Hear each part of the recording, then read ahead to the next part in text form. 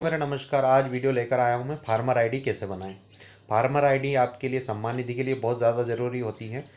तो farmer ID बनाने के लिए बहुत अच्छी सुविधा है। मैंने आपका इसमें वीडियो बनाया, पूरा वीडियो बनाया, इसको स्किप बिल्कुल ना करें, देखें और इससे आप फार्मर आईडी आप खुद आपके मोबाइल से बना सकते हैं। वीडियो अच्छा लगे तो शेयर सब्सक्राइब करें। धन्यवाद। बाद में हम जाएंगे गूगल में। गूगल में जाने के बाद में हम यहाँ पर लिखेंगे एग्री स्टॉक। क्या लिखने वाले हैं? AGRI agri stock, STACK। Agri stock लिखने के बाद में आपको यहाँ पर जो लॉगिन वाला ऑप्शन दिख रहा है, लॉगिन वाला एग्री स्टॉक लिखने के बाद में जो लॉगिन वाला दिख रहा है ऑप्शन, इस पर आप क्लिक कर दीजिए। ठीक है, इस पर जैसे ही आप क्लिक करेंगे तो आप यहाँ पर जो फार्मर रजिस्ट्री एग्री स्टॉक ये लिखा रहता है, इसी पर आपको क्लिक करना है। यहाँ पर आप जैसे ही क्लिक करेंगे तो ये ओपन होने लगेगा, धीरे धीरे सर्च करने लगेगा।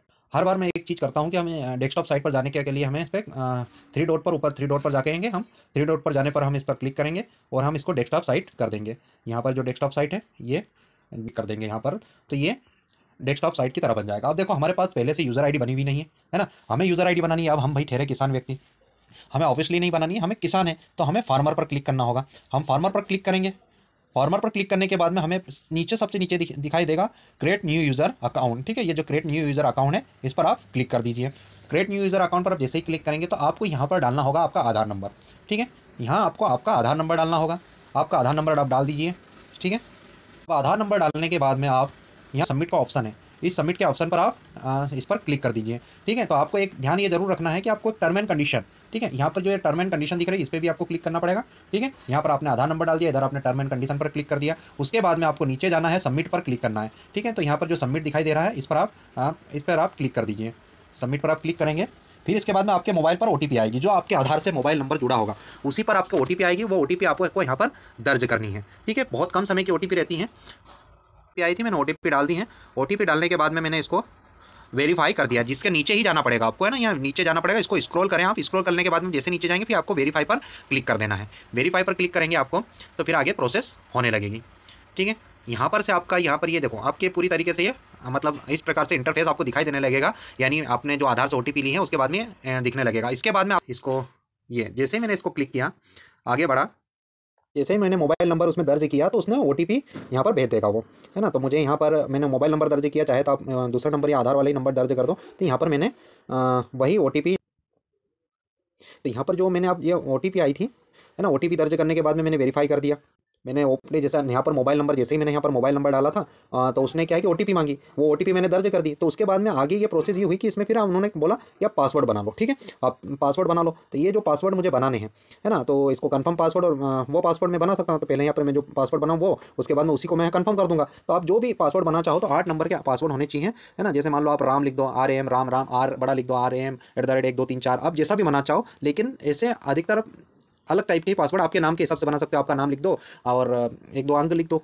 अब देखो मैंने यहाँ पर पूरी तरीके से मेरा अकाउंट क्रिएट हो चुका है। देखो ये लिखा है your account has been successfully, मतलब आपका अकाउंट सक्सेसफुली बन चुका है। ठीक है, ये हमारी यहाँ तक की प्रोसेस हो गई। अब इसको मैं ओके कर दूंगा। ठीक है, अब मैं इसको ओके कर दूंगा, यानी मेरा अकाउंट अब बन चुका है। अभी तक हमारे पास अकाउंट नहीं बना था, ना हमारे पास अभी तक अकाउंट। अब हमने अकाउंट भी बना लिया। अब हमें यहाँ से हमारी होगी नई प्रोसेस चालू। नई प्रोसेस चालू का मतलब ये है कि अब हमें जो फार्मर रजिस्ट्री करनी है, मतलब हमारी जमीन को लिंक करना है फार्मर रजिस्ट्री करके, वही। अब यहाँ पर एक आपको यूज़र नेम डालना है, आपका यूज़र डालना है। अब आपका यूज़र वही होगा जो आपका मोबाइल नंबर है। ठीक है, अगर आप पासवर्ड भूल गए तो कोई टेंशन लेने वाली बात नहीं। आप यहाँ पर या तो जैसे मैंने अभी बताया ना अंदर आपको कि आपको पासवर्ड डालना है, वही पासवर्ड आपको यहाँ पर डालना है। ठीक है, वही पासवर्ड आपको यहाँ पर डालना है। अगर वो पासवर्ड आपको याद भी नहीं रहा है तो कोई टेंशन वाली बात नहीं। आप OTP से भी OTP पर क्लिक करो तो आपके मोबाइल पर OTP आएगी, वो OTP आप यहाँ पर दर्ज कर सकते हो। और अगर आपको पासवर्ड याद है तो आपको इतना टेंशन नहीं लेने का, यहाँ पर वो डायरेक्ट पासवर्ड डाल दो। यानी पहले आपका जो यूज़र ID है वो आपका मोबाइल नंबर है। ठीक है, आपका मोबाइल नंबर वो यहाँ पर आप डाल दीजिए। पासवर्ड आपको मैंने बताया था, मेरा जो मैंने पासवर्ड बना लिया है वही पासवर्ड अब मैं यहाँ पर डालने वाला हूँ। ठीक है, अब यहाँ पर ये कैप्चा फिल करना है। ये जो कैप्चा है इसको मैं अब फिल कर दूंगा। ठीक है, ये कैप्चा फिल करना है मुझे, इस कैप्चे को मैं फिल कर दूंगा 44F3। मैं यहाँ पर लॉगिन पर क्लिक कर दूंगा। जैसे ही लॉगिन पर क्लिक करूँगा वह प्रोसेस होने लगेगा और मेरा अकाउंट ओपन हो जाएगा। फार्मर आईडी वाला अकाउंट मेरा पूरी तरीके से ओपन हो चुका है। ठीक है, अब मैं फार्मर आईडी का मैंने जो अकाउंट है वो पूरी तरीके से ओपन हो चुका है। अब मुझे यहाँ पर क्या करना है, registry of farmer as farmer. ठीक है, मुझे इस पर क्लिक करना है। ठीक है, रजिस्ट्री फार्मर पर क्लिक करने के बाद में उसके बाद चेंज ये मोबाइल नंबर, क्या आप आपके मोबाइल नंबर को बदलना चाहते हैं? Do you want to change your registered mobile? तो आप अगर आपका मोबाइल नंबर बदलना चाहते हो तो यस कर सकते हो, नहीं बदलना चाहते हो तो नो पर आप क्लिक करो। ठीक है, बदलना चाहते हो तो यस, नहीं बदलना चाहते हो तो नो पर क्लिक करो, क्योंकि अभी तो बनाया ही है ना, तो नो पर क्लिक कर दो। ठीक है, इसके बाद में यह प्रोसेस चलेगी।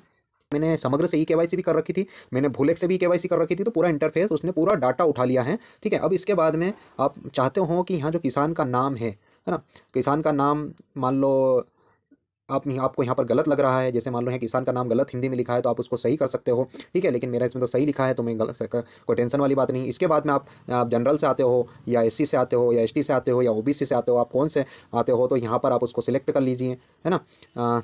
तो आप उसको सिलेक्शन कर लीजिए, है ना। उसके बाद में सिलेक्शन करने के बाद में आपकी ये प्रोसेस पूरी हो गई।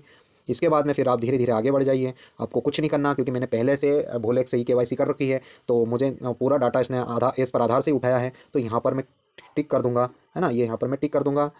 इसके बाद में आपको यहाँ पर आपको क्या लिखना होगा, फार्मर टाइप। ठीक है, ये है फार्मर टाइप में आपको यहाँ पर ऑनर ही लिखना होगा, क्योंकि हम उसी की कर रहे हैं, दूसरी की तो कर नहीं रहे हैं। ठीक है, इसके बाद में हमारा दूसरा ऑप्शन खुल जाएगा, इसमें हमें एग्रीकल्चर पर क्लिक कर देना है, हम एग्रीकल्चर पर क्लिक कर देंगे। ठीक है, इसके बाद में हमें यहाँ पर लैंड की डिटेल डालनी है। ठीक है, ये लैंड की डिटेल डालनी है, तो हम लैंड की डिटेल पर क्लिक करेंगे। नहीं है, मुझे यहाँ पर जिला चयन करना होगा, मेरी तहसील चयन करनी होगी और मुझे विलेज चयन करना होगा। तो इस चीज़ पर एक चीज़ का आप हमेशा ध्यान रखें कि आप जिस गांव में आपकी ज़मीन है उसी गांव को आप चयन करना होगा। मान लो आप रहते इस गांव में और ज़मीन आपकी दूसरी गांव में है तो वह चयन करना होगा। लेकिन आपकी अगर दोनों जगह ज़मीन है तो आप दोनों गाँव एक एक करके इनको चयन कर सकते हैं। ठीक है, तो मैं यहाँ पर से मेरा जिला चयन कर लेता हूँ, मेरा जो जिला है उसको मैं चयन कर लेता हूँ।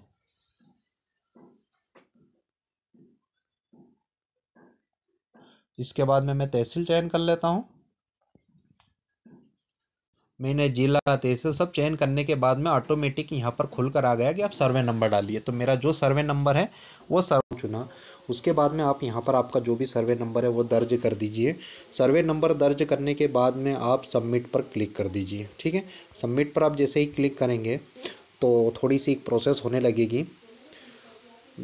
प्रोसेस ये होने लगेगी कि आपने जो सर्वे नंबर दर्ज करा वो सही नाम से है कि नहीं है, कि किसी के नाम से है कि नहीं है, जिनके नाम से आपने दर्ज करा तो यहाँ पर उन्हीं के नाम से हैं, उस पर क्लिक कर दीजिए। ठीक है, यहाँ पर आप जब ऑप्शन वेरीफाई में देखेंगे तो यहाँ पर आप उस पर क्लिक कर दीजिए। अब इसके बाद में आपको क्या होता है कि ये होने के बाद में फिर आप जो नीचे ये दिखाई देता है इस पर क्लिक कर दीजिए। ठीक है, नीचे यहाँ पर राइट पर आप यहाँ पर क्लिक कर दीजिए, यानी आपका ये प्रोसेस तो पूरी हो गई। ठीक है, और यहाँ पर फिर इसके बाद में नीचे आप सबमिट पर क्लिक कर दीजिए, ये सबमिट पर आप क्लिक कर दीजिए। तो यहाँ पर आप जैसे ये प्रोसेस हो चुकी है, अब यहाँ पर आ चुका है जिला आ चुका है, नाम आ चुका है ना, ये सारी चीज़ें आ चुकी हैं। लेकिन इसके बाद में आपको यहाँ पर वेरीफाई ऑल लैंड, यानी इस लैंड पर आपको क्लिक करना है। तो एक बात आपको ध्यान रखना है, अगर आपके पास दूसरी जगह हल्के में भी नंबर है तो आप वहाँ पर दोबारा उसको चयन करिए और दोबारा वहाँ से आप चयन ऊपर से मतलब दोबारा आप चयन करिए, या ओनर में जाकर आप जैसे ये फेज है इसमें आपको मान लो दूसरे गांव में भी आपके नंबर है तो यहाँ पर दोबारा आप क्लिक करके दोबारा उसको चयन करके इसमें ऐड कर सकते हो। और आपके जैसे एक पावती है उसमें 4 नंबर है तो 4 ही नंबर इसमें ऐड हो जाएंगे, ऐसा नहीं कि एक ही ऐड होगा, 4 ही ऐड होंगे और 4 ही पर आप टिक कर फिर यहाँ पर आप टिक कर दीजिए। तो एक दूसरी बात है, आप यहाँ पर वेरीफाई लैंड करिए। ठीक है, ये वेरीफाई लैंड आप करेंगे तो ये क्या है, एमपी भूलेक की ओर साइड पर चला जाएगा और वही यहाँ ऑटोमेटिक वेरीफाई हो जाएगा।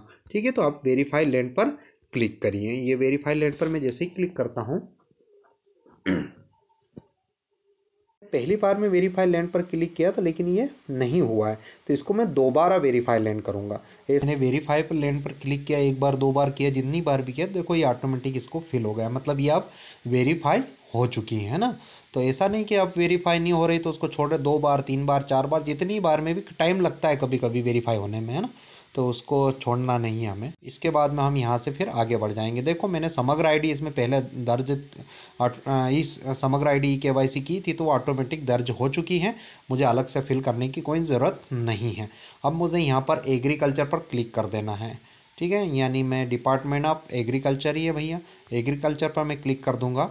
उसके बाद में मुझे यहाँ पर एक जो लिखा है अपडेट, अपडेट ई-केवाईसी इस पर मैं क्लिक करूँगा, क्योंकि यहाँ पर आधार पर OTP जाएगी। यहाँ OTP दर्ज कर दी है। अब मैं यहाँ पर वेरीफाई पर क्लिक कर देता हूँ। ठीक है, ये वेरीफाई पर मैंने क्लिक किया है। थोड़ी सी प्रोसेस होने लगेगी। ये वेरीफाई पर क्लिक हो गया है। अब मुझे यहाँ पर देखो, अब जैसे ही ये वेरीफाई पर क्लिक होता है तो इसके बाद में देखो यह फार्मर, यहाँ पर मेरी ई-केवाईसी हो चुकी है। ये ई-केवाईसी हो चुकी है, मतलब ई-केवाईसी मैंने कर दी है। इस पर मैंने अभी अपडेट किया था, तो यहाँ पर फिर मैं इस पर क्लिक कर दूँगा, क्योंकि इस पर क्लिक हो जाएगा। इसके बाद में मुझे यहाँ पर भी क्लिक करना होगा, और इस पर मैं क्लिक करने के बाद में सेव ऑप्शन पर, जो सेव ऑप्शन है इस पर मैं सेव कर दूंगा इसको। ठीक है, सेव ऑप्शन पर मैं क्लिक करूंगा तो ये पूरा सेव हो जाएगा। लेकिन इसमें एक समस्या ये आ रही है कि मेरे इसमें 18% बता रहा है, मतलब मिसमैच नाम है, यानी जो आधार में नाम रहता है वो नाम मेरे इसमें मिसमैच बता रहा है, तो उसके कारण ये सेव नहीं हो पा रहा है। अगर ऐसी कंडीशन आपके साथ आती हैं, अगर 18% आता है, 20% भी अगर आपका नाम मैच हो जाता है तो ऑटोमेटिक सेव हो जाएगा। तो इसमें 18% हो रहा है, सेव नहीं हो पा रहा है, तो इसमें वो सेव नहीं हो पाएगा। लेकिन 20% आता है, सेव हो जाता है। यहाँ सेव होने के बाद में पूरा कंप्लीट हो जाता है। और 18% आता है तो आप पटवारी से मिलिए, पटवारी से आपकी जो ज़मीन में है नाम उसका सुधार करिए, वो सुधार करेगा, उसके बाद ऑटोमेटिक ये सेव हो जाएगा। धन्यवाद। इसी प्रकार ई-केवाईसी होती है।